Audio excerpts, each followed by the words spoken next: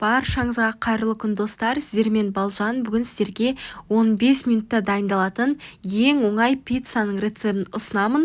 Видеоны соңына дейін қараңыздар. Ол үшін бізге алдымен тостовый хлеб қажет болады. Нанымызды табамызға осылай орналастырып шығамыз. Нанымызды орналастырып шықтық. Енді үстіне осылай кетчуп пен майонезімізді сеуіп шығамыз. Кетчупымыздың жанына майонезімізді салып, қасықпен бір келкі етіп, кетчуп майонезімізді нанымыздың үстіне жағып шығамыз.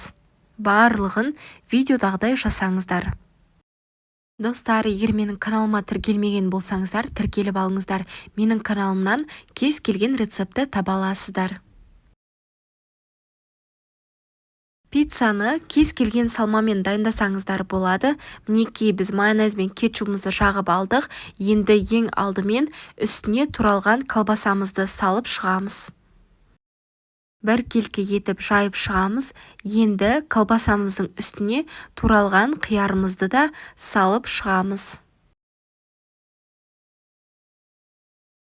Қиярымызды осылай бір келкі етіп жайып салып шықтық. Енді үстіне қызанағымызды да дәл осылай салып шығамыз. Бізде енді соңғы этап қалды. Енді қызанағымыздың үстіне сырымызды бір келкі етіп жайып осылай салып шығатын боламыз. Алдын ала пешімізді 220 градуста қыздырып қоямыз.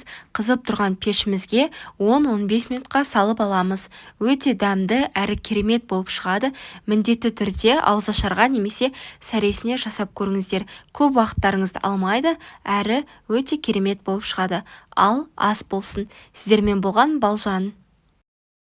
Достар, егер видео ұнаса, лайк басып, комментарий қалдырып кетіңіздер, және менің каналыма тіркелуді ұмытпаңыздар. Алда сіздерді көптеген рецепттер күтіп тұр.